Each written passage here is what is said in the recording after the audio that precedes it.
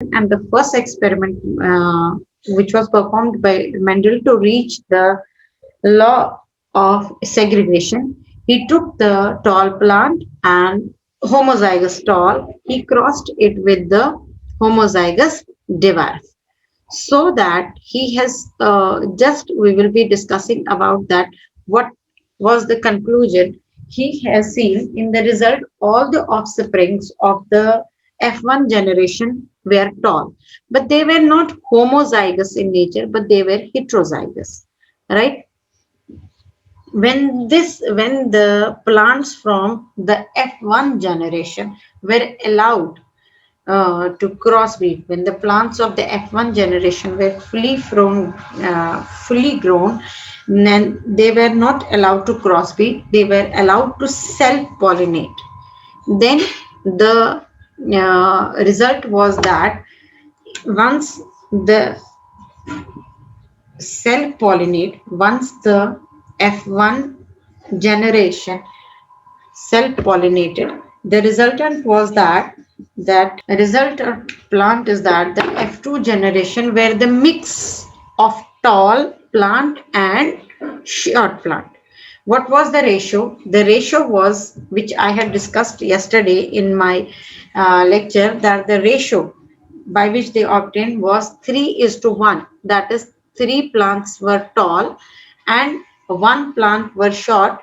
And if we apply the result to the 100 seeds, for example, if we sow the 100 seeds of this, so what was the observation? Is observation were that the 75% were 75% plants were tall and 25% were short. And if we want to specify that how many were heterozygous and how many were homozygous, the genotypic ratio will be, it will be that 1:2:1, right?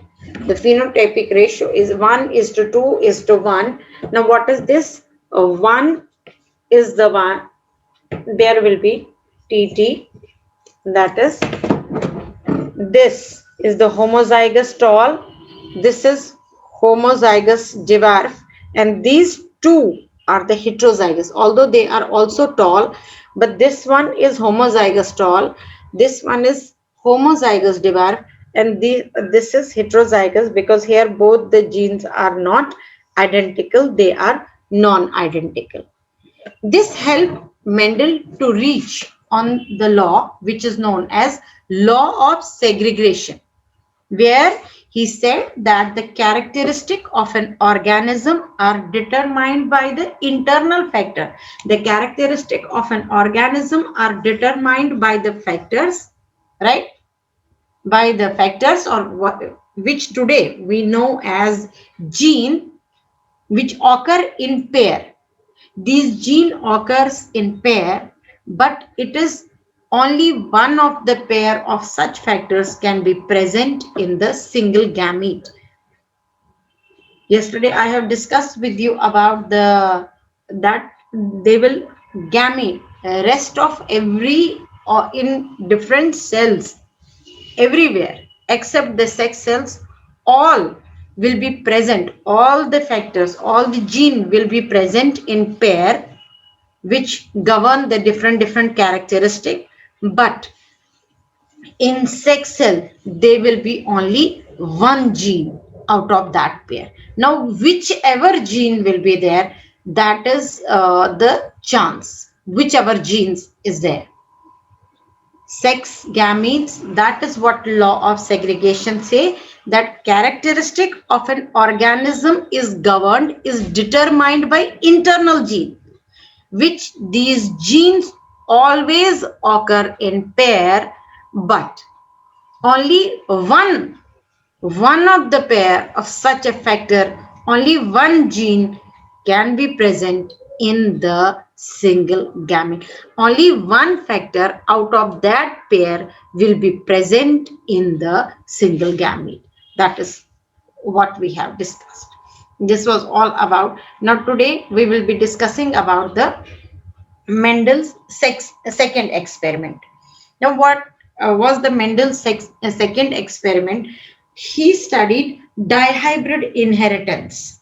Now, instead of just one character, he studied dihybrid variety. He studied the two characteristics. Now, which all were the two characteristics? The two characteristics which he studied in the second experimentation was color of the seed and shape of the seed.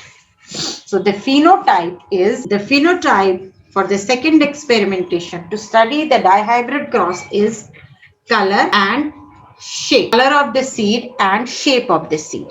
You know, the pea plant, because he has used the pea plant only, there are two shapes available for the pea plant seeds. The seeds of the pea plant are either round or wrinkled. These are the two shapes in which the seeds of the pea plant can be found. That is, either they can be round or they can be wrinkled. And regarding the color, let me tell you, the color of the seeds is green and yellow. They can be, the color of the seed can be green and yellow. We can see both the contrasting traits in the same seed. For example, that seed which is round, its color is yellow, and that which is green in color, it's wrinkled.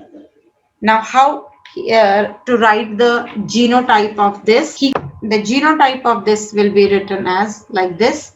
At the first, Mendel crossed pure breed pea plant having round and yellow seeds with the pure, that is homozygous breed of wrinkled and green pea seeds. Now, how to write the genome? We took the pure. Pure means homozygous. What was that? It was a round and yellow. Round, because for shape there will be pair of genes, pair of factors.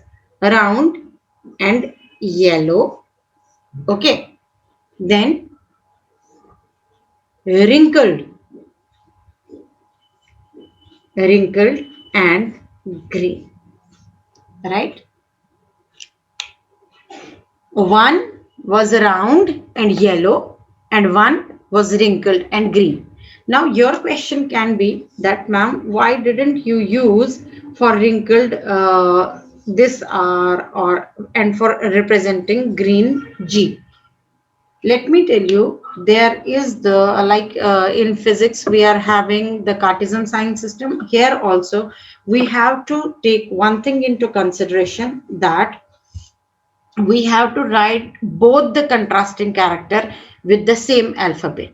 But yes, one which is the dominating one should be written with the capital, and the one which is the one is dominant, which is the recessive one, has to be written with the small alphabet. But both the character, here we are talking about the character color.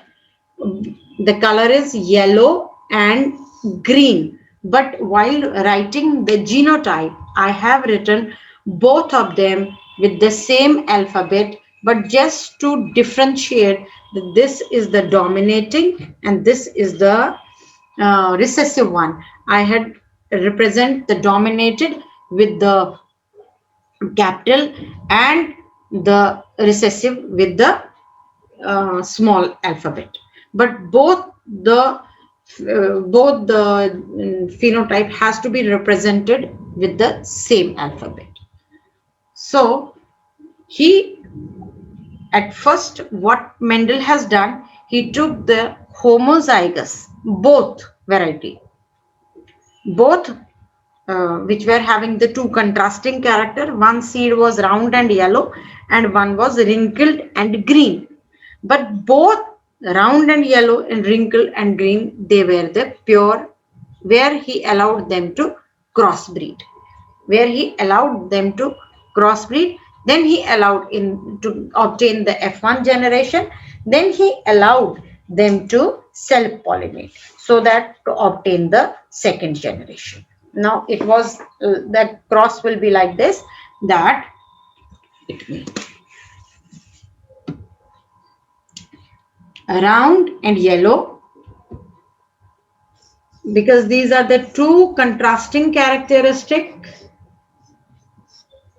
He took the round and yellow, then crossed it with wrinkled and green. All right, it's a diploid. Round and yellow has to be crossed with the wrinkled and green. But as per the law of segregation, the gamete will have only one character, one factor. The characteristic which determine the factor, there is the pair of gene for each for each character, right? But in the sex gamete, there will be only one gene out of that pair. It means that if we talk about here, we can have R and R, Y and Y. So either this R and this Y can be present in the gamete, then there is a chance that this R and this Y can be present in the gamete. There is a chance that this R and this Y can be present in the gamete. There is a chance that this R and this Y can be present in the gamete. But let me tell you, in the gamete, only one of the factor, one of the gene is present, right? So we can have this, that in the gamete, either this R and this Y can be. Now these gametes, so in here also we can have a gamete with R wrinkled and green, wrinkled and green. There is a chance that which factor will be there in the gamete. Now they have to be crossbreed in order to obtain the F1 generation. In order to obtain the F1 generation, they have to be crossbreed. So once you cross them, what you will obtain? This gamete combines with this gamete, the genotype which I am going to obtain is R, R, R and R. These two are the for, let me tell you, these two are for the, these two factors are for the shape, and this gamete, this and this factor is for the color. That means it is round and wrinkled, yellow and green. This will be the genotype of F1 generation. Right? Now, what will be interpretation? What will be the characteristic which will seen in the F1 progeny? It will be round and yellow. Although it is a homozygous variety now. Although we started with the homozygous, but now it is heterozygous. Now it is heterozygous. Why it is heterozygous? Because both, there is a pair for one characteristic, but in the pair they are non-identical. Here also there is the pair, but the pair is non-identical, and which will decide the characteristic among the individuals, that will be determined by the presence of the dominating gene. And here the dominating gene is round and yellow. So all the seeds of F1 generation are round and yellow. Right? I hope that I am clear up to F1 generation. Once again I will make it clear to you that in order to, Mendel performed several crosses in which he crossed the two varieties of the plant, pea plant, having the two different characteristics, having the two contrasting characteristics regarding their shape and size, regarding their shape and color. The shape of one of the plant which he took was round and yellow. And if he examined 100 seeds, if he examined 100 seeds, he found that most of the seeds were round and yellow. From that, he could easily conclude that round and yellow is the dominating factor, whereas the wrinkled and green is the recessive factor.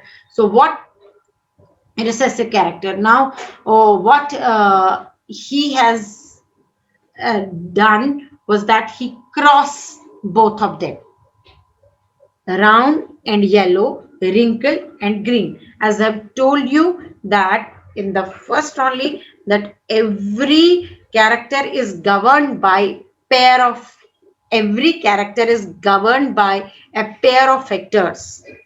But in gamete, out of that pair, only one factor is present. In the gamete, out of that pair, only one factor is present. That means if these factors for a diploid cell, they are present in the pair. But in gamete, they will be present only one factor out of that pair. So there will be the chance that whether it is this round and yellow, and there it will be wrinkled and green. But now, when both the homozygous variety will be crossed to obtain the F1 generation, what we will obtain is round and yellow. Why? Because round and yellow is the dominating gene which will decide the characteristic in presence of a non-identical gene. Right? So in the same manner, we can cross this and this so that we will have the same genotype, that is R and R.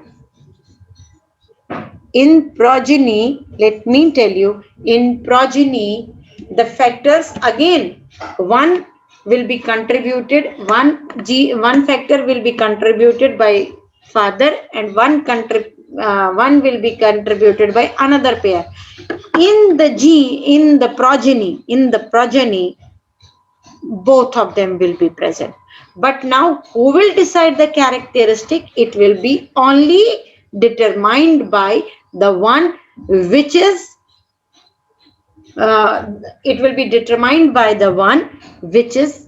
dominating one. Dominating gene is the one which decides the characteristic in presence of a non-identical gene. And here you can see that there are these two genes. These two factors are not same, they are non-identical, but it is the dominating one which will decide the characteristic. That is why we can see that all the seeds which we obtained from the F1 generation, they were round and yellow. Now he allowed to self-pollinate. He allowed them to self-pollinate. In F1,